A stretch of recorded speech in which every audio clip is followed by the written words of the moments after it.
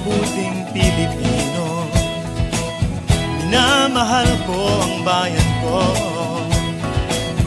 tinutupad ko ang aking mga tungkulin, sinusunod ko ang kanyang mga lituntunin.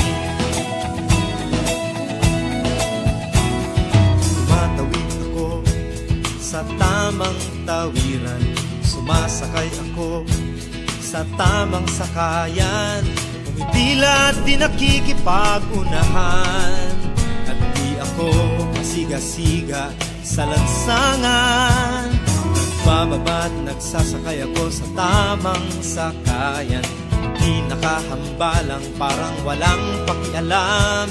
Pinagbibigyan kong mga tumatawid sa kalsada, humihinto ako pag ang ilaw ay pula, pagkat ako'y isang mabuting Pilipino. Minamahal ko ang bayan ko, tinutupad ko ang aking mga tungkulin, sinusunod ko ang kanyang mga lituntunin. Di ako nangungutong o nagbibigay ng lagay, tiket lamang ang tinatanggap kong binibigay. Ako ay nakatayo doon mismo sa kanto at di nagtatago sa ilalim ng puno. Di ako nagkakalat ng basura sa lansangan, di bumubuga ng usok ang aking sasakyan.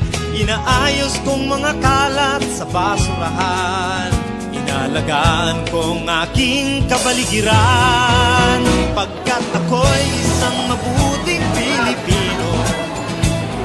Minamahal ko ang bayan ko,